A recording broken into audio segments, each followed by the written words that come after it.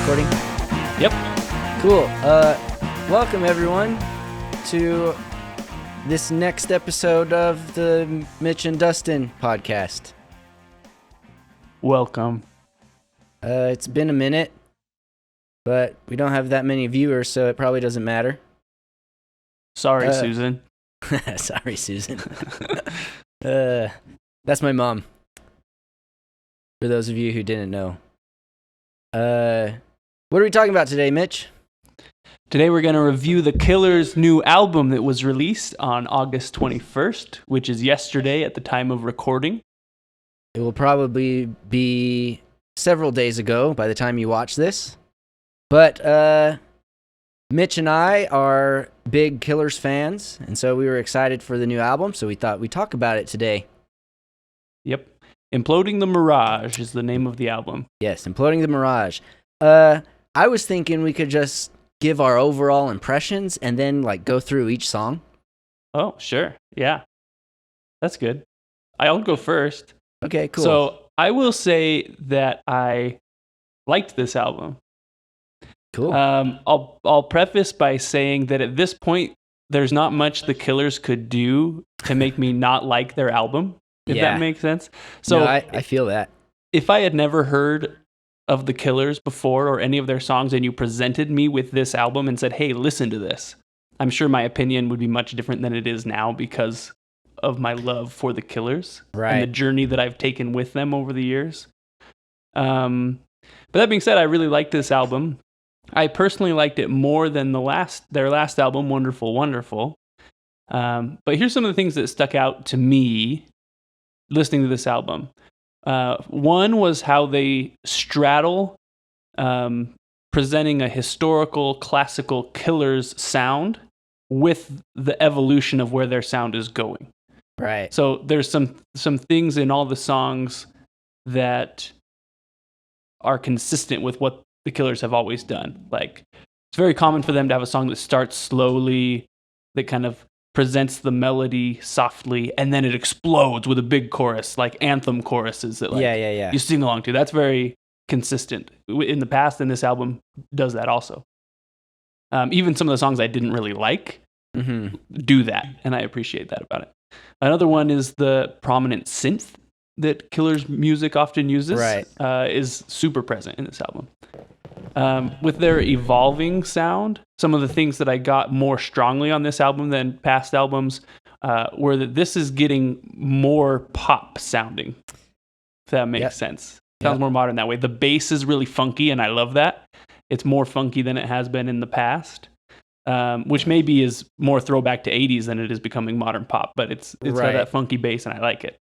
The drums are more controlled. So some of their earlier albums, like Sam's Town, and some of those almost sound like alt rock, and the drum set is really raw. You can hear the cymbals crashing and that kind of stuff. This is more controlled electronic sounding drums, which I won't say that I like or dislike. That's just what I noticed is different from the past. Right. And then also in some parts, they'll transition. Like the beginning of the song will be more electronic, and then later on it'll get into the actual raw drums. Yeah. And then as it explodes, as you said. Mm-hmm. The last album, Wonderful, Wonderful, and this one, I've noticed both of them, some of the Killers' personal music influences seemed to come through stronger. So like the Cars and Bowie and Bob Dylan, some of that kind of stuff comes through in this album more than it did in their first couple albums. Yeah. And then the last thing I have to say is that this album was maybe more of a positive album. It was brighter and more joyous and covered topics that were maybe more hopeful, whereas the last album, Wonderful, Wonderful, was kind of heavy. It covered some darker topics like depression and damnation and what it's like to be washed up and some of that kind of stuff, whereas this album talks about breaking out of poverty and persevering and salvation and fidelity and some of those kinds of happier, exciting things. So I like that about the album. Good observation there. Give me your overall impression. So, this album was much bigger sounding than their other albums, I think. And I think that has to do with the synths they were using with the high reverb on them. You know what I mean? Yep. And also with the highly reverberated vocal harmonies as well. That's actually something the Killers have not always been good at, vocal harmonies.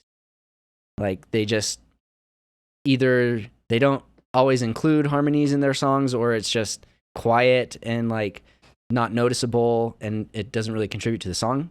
In this album, I think that's different. They actually had good harmonies, and I think that helped with what they were going for, right? This feeling of traversing the expanse wilderness or in the sky or whatever, you know what I mean? Mm-hmm. And so like the brighter and bigger synths and reverb, I think, just helped this album feel like its own thing, but like you said, at the same time, still sounding like the Killers. That said, though, I personally got a really similar vibe as Wonderful Wonderful listening to this album. I don't, like you said, Wonderful Wonderful was a lot darker, whereas this one was more bright, but I think they were trying to connect the two in a way. Like, here's the darkness, and now we rise up in the light, or whatever. So, to me, it felt like they were still continuing that train of thought from Wonderful Wonderful. So I guess that's why I feel sort of the same emotions as listening to both albums. I think with the Killers, just in general, you get the best lyrics ever written and the worst lyrics ever written. Uh-huh. So this album exemplifies both of those. Uh-huh. I thought. So I was talking to my friend, and he was saying that he was missing Dave's guitar work. I was just going to ask you that if you noticed Dave's absence. I thought it was an improvement. I told him, like, I'll be honest, I never was impressed with Dave's guitar work. Yeah. And so I'm not missing his presence at all. The people they got to replace him like sound great. Lindsey Buckingham, do you know what that is? He's like 90 years old. Yeah, but he plays the solo on Caution, and it's awesome. Although I do have some critique about it, but dude, yeah, like I've never been impressed with Dave's guitar work, and so like I'm not missing him too much. Yeah, I well, will it's say. Interesting. Oh, go ahead. Oh, I was just gonna say on that note, this album uses hardly any guitar. Like they didn't try to replace him with a different guitarist. They just said, you know what, we'll just do it with drums and synth and call it good. And I find that really interesting. Right. I was gonna say, I will say that I am missing the more guitar focus. Mm-hmm. Right. So I'm not missing Dave so much as just the guitar itself. And Wonderful Wonderful, that's what I thought they did pretty good. Sam's Town was their best guitar focus. Wonderful Wonderful, I think, was a good balance between the guitar focus and the synth focus, right? The more rock versus pop balance. And so I was missing the riffs that were in the last album. Although they did have some songs that still maintained that sort of feel, like Dying Breed still had the guitar emphasis, I think. But yeah, that's my thoughts on that. Oh, I will say, I don't know if it's just like my old ears, but I felt like some of the songs had like too much high end on the mix. And it was a little harsh to listen to in some parts. I didn't notice. That might just be me. Might just be a personal problem. The music is too loud. It's too loud. Turn it down. So I'll ask you, do you feel like, before we get into song by song, do you feel like there are songs on this album that warrant themselves to an eventual greatest hits status? Yeah. The best of the Killers are not in the past. There are songs on this album that will be identified as some of the best Killers songs. I think so. Probably two, at least. Yeah. I think. I agree. Yeah. All right. Do you want to dive in? Let's talk about let's these. dive in. Number let's one. talk about all the songs. First song, My Own Soul's Warning. This is what I have written down. It's a great intro / anthem to introduce the feel of the genre, to really set the mood of the feel of the genre, the feel of the album, to set the mood of the album. I agree. Because the album, like we said, is a little bit more hopeful. And this is the perfect song to kick that off and set the tone. It's super catchy. Yeah. It makes me happy when I listen to it. And it means something. It's about something. And I love that about the Killers historically, and on this album, they continue that. Like you mentioned, lyrically, they write songs that are about stuff. It's not just fluff to fill the time. So I love My Own Soul's Warning for that reason. Yeah, I agree. Super catchy synth riff and melody. Real easy to get stuck in your head. Although I will say, it kind of upset me because twice in the song, it sets up a guitar solo perfectly, and it just isn't there. So that kind of bugs me personally. But I mean, it's a great send them an audition tape. Huh? Send them an audition tape. Just solo over it. Send them in. I will say there was one part where they were playing the guitar, and this does kind of bug me every time I listen to it. It's like towards the end when they're like doing the breakdown, and it's like it's like it goes from being panned all the way to the left, and then it's just the guitar, and then it's center, and then it goes back to the left. I don't know if you noticed that, but it kind of bugs me when I listen to it with headphones. I didn't notice. So I don't know. That's probably just another personal issue thing, but yeah, I think overall it's like a great anthem for the album. 8 out of 10 at least. I like it a lot. At least, yeah. I like it a lot too. All right, Blowback. What were your thoughts on this one? I love the just how it starts with the pulsating synth at the beginning. I'm a fan of that. I don't know. It totally does not sound like this song, but the end piano, it's like doing the like off rhythm thing. It sounds like Ask the Lonely by Journey. It doesn't sound like it, but it reminds me of that song. And I don't know. I love Journey, so it's awesome. I don't have a lot to say about this song. To me, it was very, I don't want to say mediocre because I love the Killers, but it was kind of a mediocre song. The verses are pretty catchy. And I appreciate that about it. It is interesting that the Killers seem to have a lot of songs about these white trash girls from Vegas. And I would love to know more about the personal life. Who are they talking about? Like, is this somebody's wife? Is it the girlfriend? Is it just like the idea of breaking out of poverty is best represented by a white trash girl? Like, what's the deal with that? Yeah, I don't know. That is curious. That's funny. I will say, by the end of the song, my first hearing of it, I was just thinking, like, what the frick is this? Is this Enya? Am I listening to Enya? Like, it sounds like an Enya song, which, I mean, Enya's fine, but it was unexpected from the Killers. Yeah. Cool. Let's move on. Song number 3, then. Dying Breed. Here, I only have 2 notes on this. The first note is just groovy. I love that it's groovy. When I was listening to it with Katie the other night, and she was like, "Did the Killers cover Lowrider?" Because it starts off with the and it sounds like it's gonna come in with a bow now, bow, boom, boom, boom, and it's just funky and groovy, and I love it. I didn't pick up on that connection, but it is groovy, and I like it. Yeah, I think this is probably my favorite or top 2 songs on the album.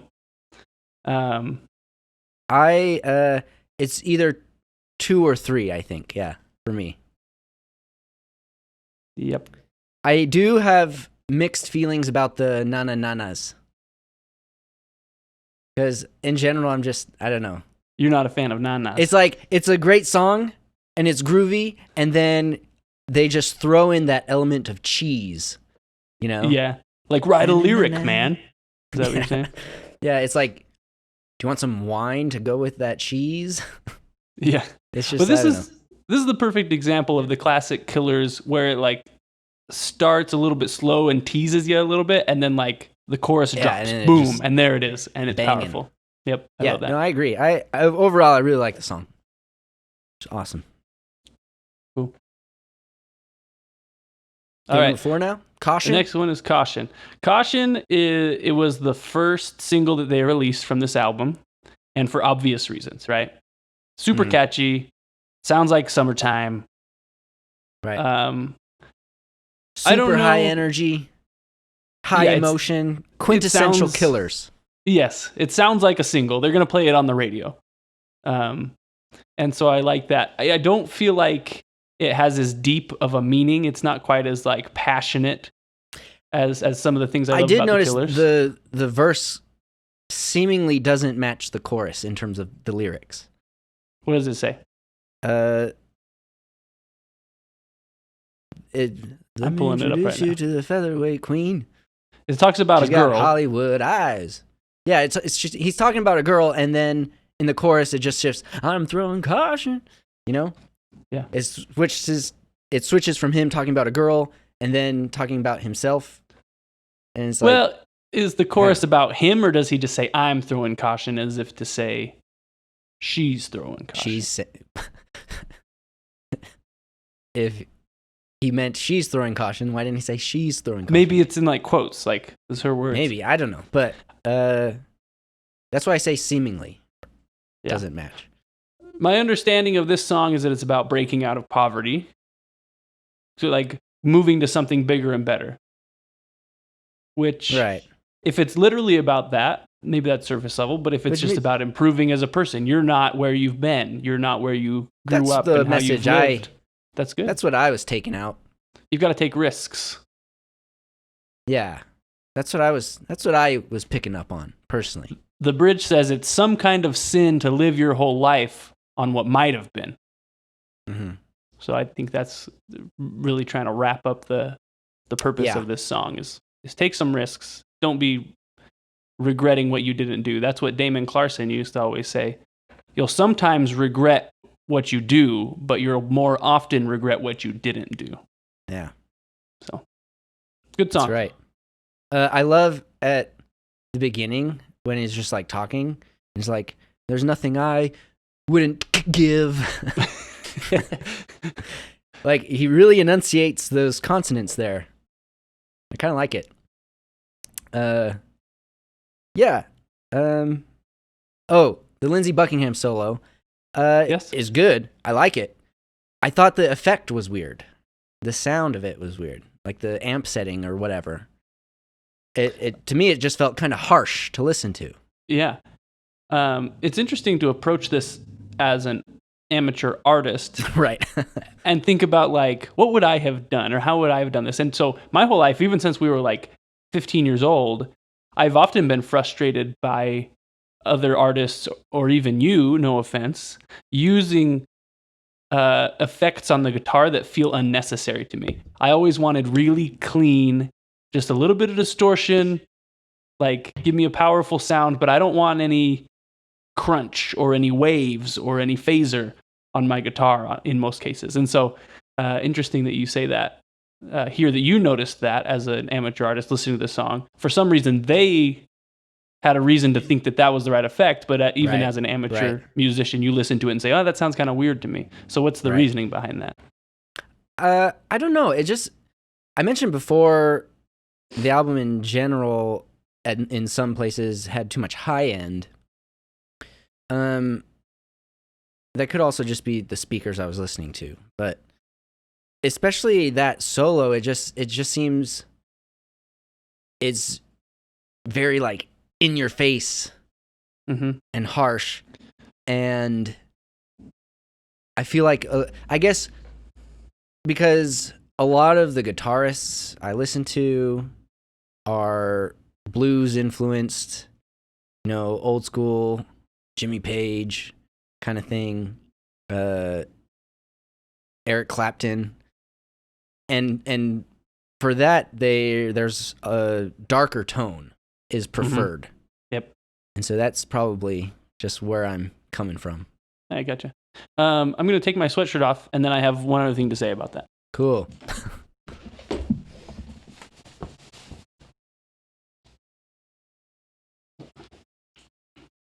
Okay, I'm back.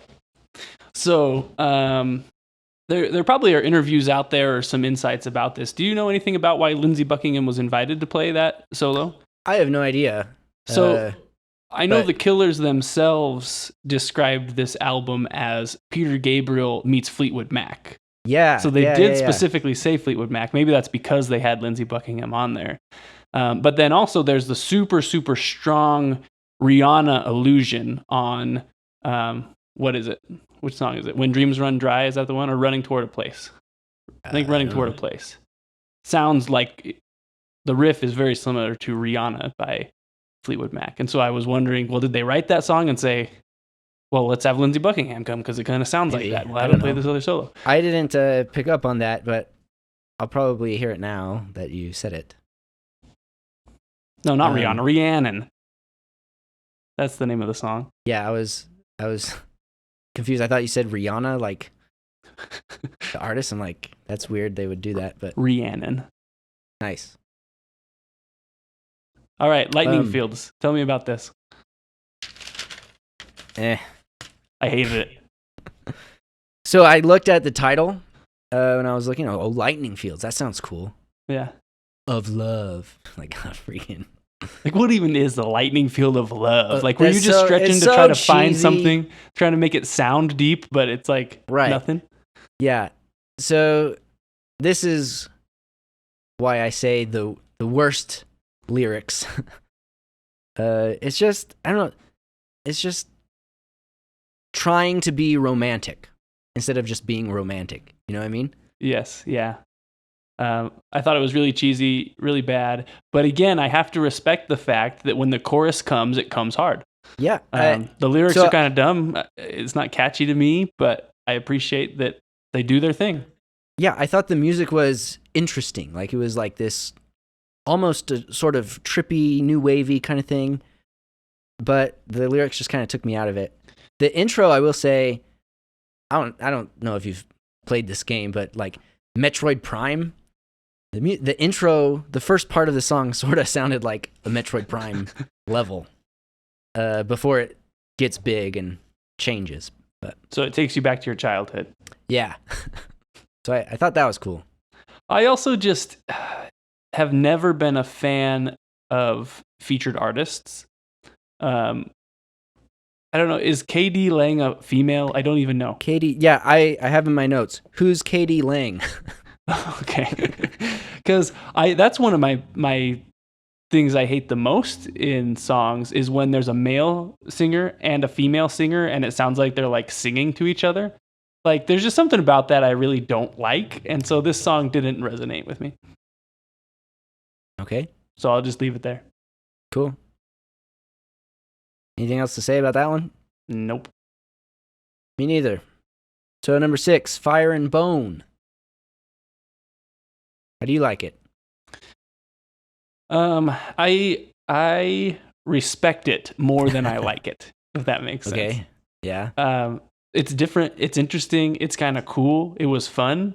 But would I be like, I'm getting in the car on a road trip and somebody says, hey, you get to pick one song. What song are you picking? It's not going to be Fire and Bone. You know what I mean? I love this song. Yeah? Tell me why. It's weird, and I love it. It's like the Cars meets Talking Heads. Yeah. Uh-huh. It's awesome. I'm a real big fan of like the talk singing kind of thing, Yeah, you are. just being weird. I love in this song when he says, I'm tempest tossed and seasick. And it does like the phaser, the flanger on his voice. Weird sin. I love it. I like it. It's just weird. And then, like you said, it explodes towards the end, just following that killer's pattern. Yep. Yeah, that's all I have to say. I really enjoy it. Cool. Running towards a place then. Very Genesis-y, I felt. Maybe that's where the Peter Gabriel comes in. Peter Gabriel, yeah. I'm looking at my notes, and I thought I had something to say about this, but I don't have anything in my notes. But I really liked Running Towards a Place. Oh, here's what I have to say. People who are not religious or members of the Church of Jesus Christ of Latter-day Saints, when they listen to these kinds of songs, what do they think they're about? So this is pretty obviously about eternal marriage and or like perfecting the saints and that kind of thing. Perhaps it's just about being a good person and helping your fellow man. That could be what it is. But there's so many references to things we talk about in our religion that come through so clearly to me as a member of that religion. But I wonder when people listen, and a lot of Killer songs are that way. When people listen to these songs, do they catch those things? Yeah. Is it less meaningful to them because of that? I don't know if it's less meaningful because I think the point is these principles are widely applicable. Yeah. And I think Ronnie, the drummer of the Killers, who's not a member of the church, I think he's involved heavily in the songwriting process with Brandon. So, I mean, there's got to be some consensus on what the lyrics are. Yeah. So I think, these principles reach out to all sorts of different situations. Cool. What do you have to say about it? Super 80s. I love it. I really enjoyed, there's like a modified synth riff of My Own Soul's Warning. Mm-hmm. Sort of towards the end. Yeah. And I just love that kind of thing when bands reference themselves. Mm-hmm. Just through like motifs and everything.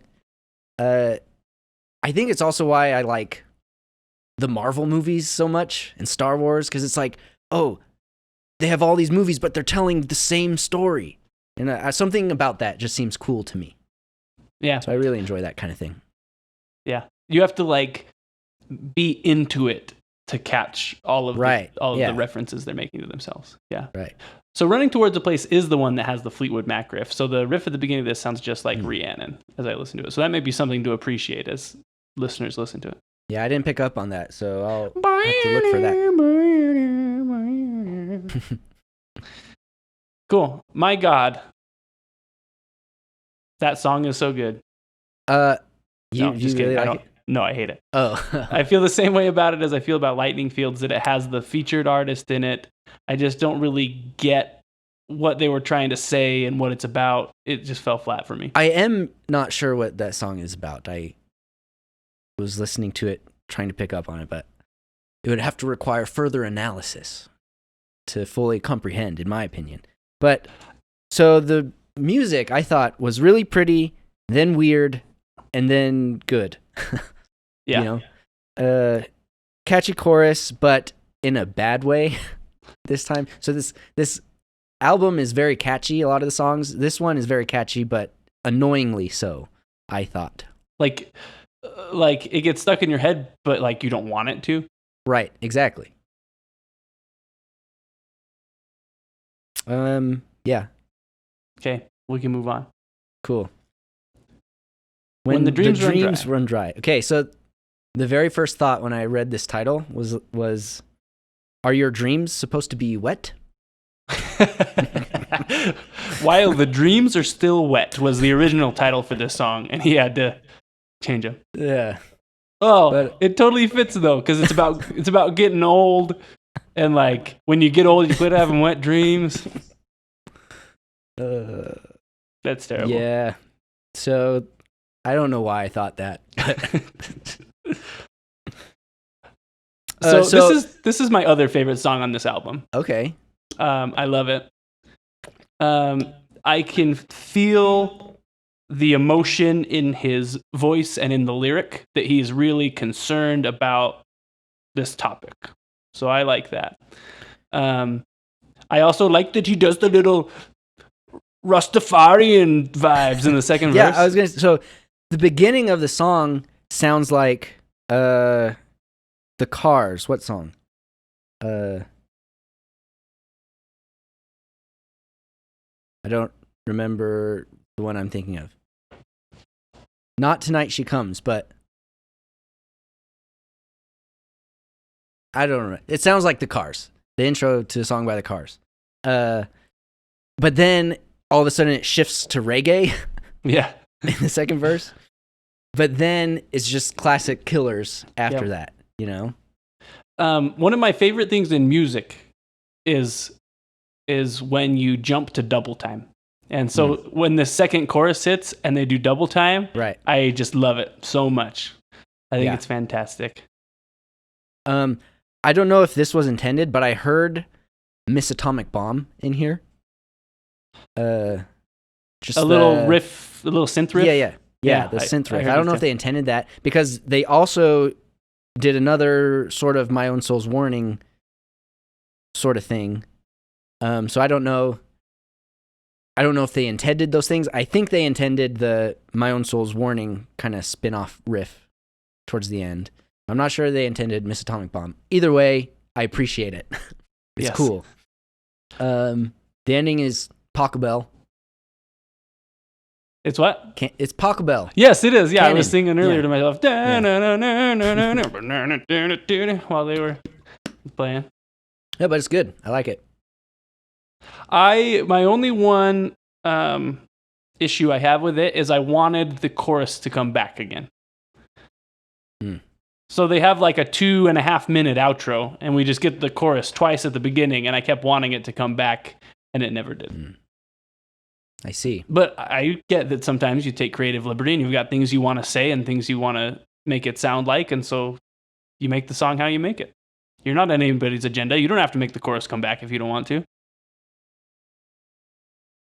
Yeah. Cool. Okay, number 10. Imploding the Mirage. The title track. What do you think?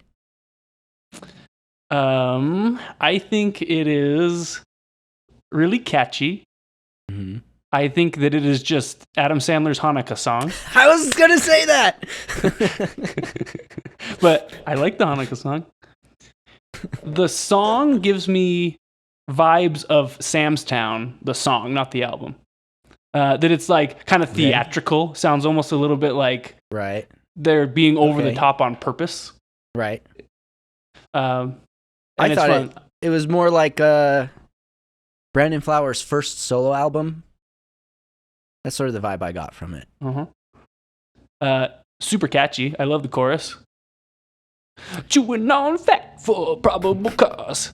So you'll love this song because it has so much Carsy talk singing in it. So here's what I'll say about it. This song was my biggest disappointment. Not because I didn't like the song, but because, so thinking back to Wonderful Wonderful, the title track, Wonderful Wonderful, was sort of like a dark, like rock, almost prog rocky kind of song with the boo-do-do-bo, you know? And so this song starts off, and that's the image I have. That's what I'm thinking it's going to be, because it starts off just that opening chord gives you like a deserty, Egyptian-y kind of feel, like, oh, we're in the desert, there's a mirage, it's going to be a cool like rock song about it. And then just like that, it just switches to like this, you know, it's like a upbeat kind of cheery, happy song, which is fine for what it is. I just had my expectation of this like super cool deserty rock song for whatever reason, and then that's not what I got. Yep. I get that. I do like that. I do like that it's really poppy and upbeat, just like the first song is, and so it sandwiches together. It says, "This is how we want you to feel during this album," when they play "My Own Soul's Warning," and then it comes full circle when "Imploding the Mirage" is also very upbeat and peppy. Right. So I like that. Yeah. I appreciate, because one of the lyrics is he's throwing caution. Yep. So it's like referencing back. And I really like that sort of thing. I do like the music, and the ending is also like just totally different than the song, sort of like the beginning was. You know what I mean? The outro of the song is just like this weird, like riff on the synth with the different drum beat. And it's out of place, and I love it.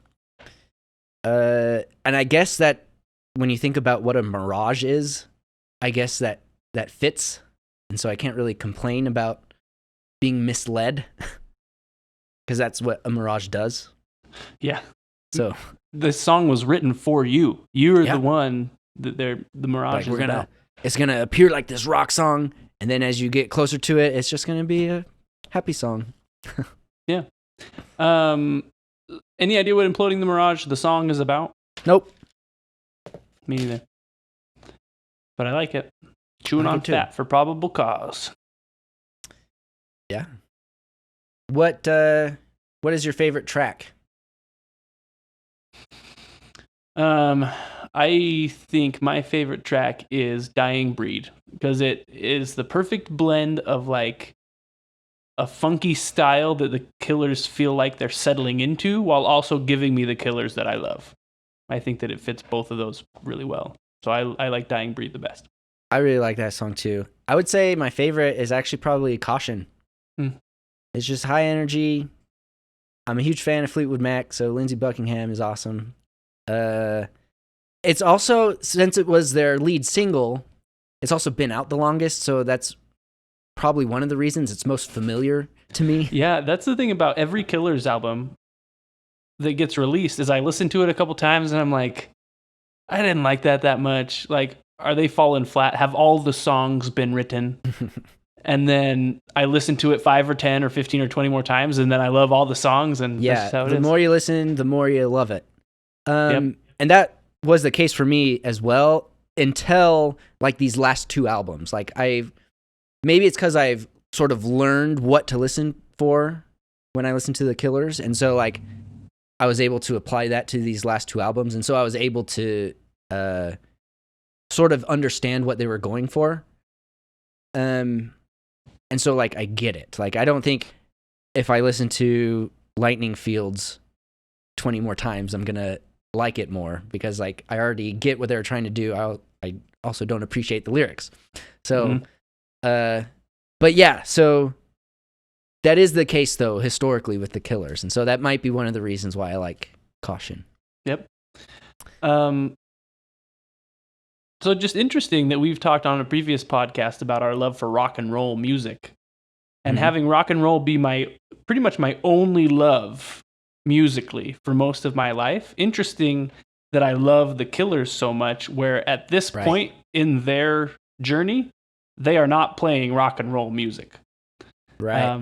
You might say that some of these songs rock because of the way that they can move it forward, and it's catchy and they're intense and they're energetic. But we just said like there's only guitar in like 3 of these songs.